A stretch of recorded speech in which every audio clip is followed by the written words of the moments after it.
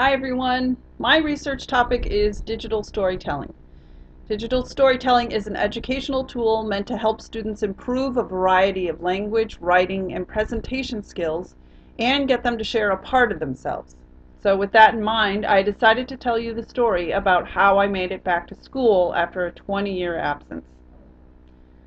Long, long ago, in a galaxy far, far away, known as Albany, New York, it was 1990-ish. I was in college, and I was doing well, but I didn't feel engaged in learning in my classes. I was almost done, but I didn't want an empty degree.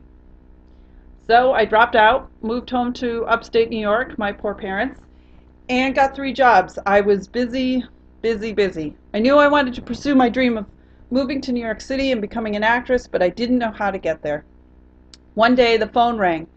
It was an old friend from college.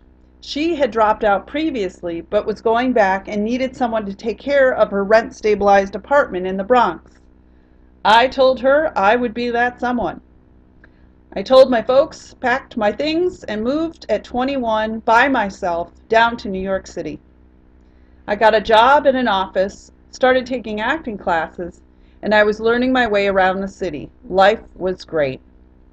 After a while, I got into stand-up and I was meeting tons of incredible comics, tons of incredible people. I was happy and thriving for years. But then things stopped being fun. Working for Wall Street lawyers, turns out, is very draining. I was tired of the effort it took to live in the city, and then 2 airplanes flew into the World Trade Center. I needed to make a change. I still wanted to finish up my college degree, so I looked around at LA, thought maybe Santa Fe, New Mexico, maybe Florida. I didn't know. A friend told me about Austin, and it sounded great, so I came to visit. I was sold immediately. The weather, the lifestyle, the people, everything. And the University of Texas was a great fit for me academically. I moved down in 2006, eventually got a job at a law firm, and paid off my debt.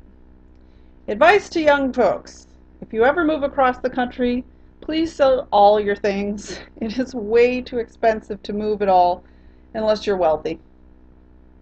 Last year, I decided the time was right to leave the firm. It turned out to be great planning on my part because half the office decided to do the same between July and December. I would have been out of a job. More advice: as much as possible, leave a job on your own terms. It's just the better way to do it. So I left that job last August, and this is my second semester back at school. I have a year or so to go, and it's been a hell of a ride, but I'm hanging in. It's been good hanging out with you all Wednesday afternoons, and I send you best wishes with your dreams.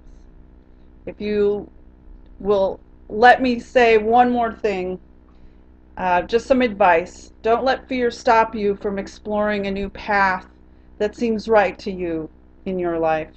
Amazing new things can open up if you're willing to follow the call. The end. Created using Powtoon.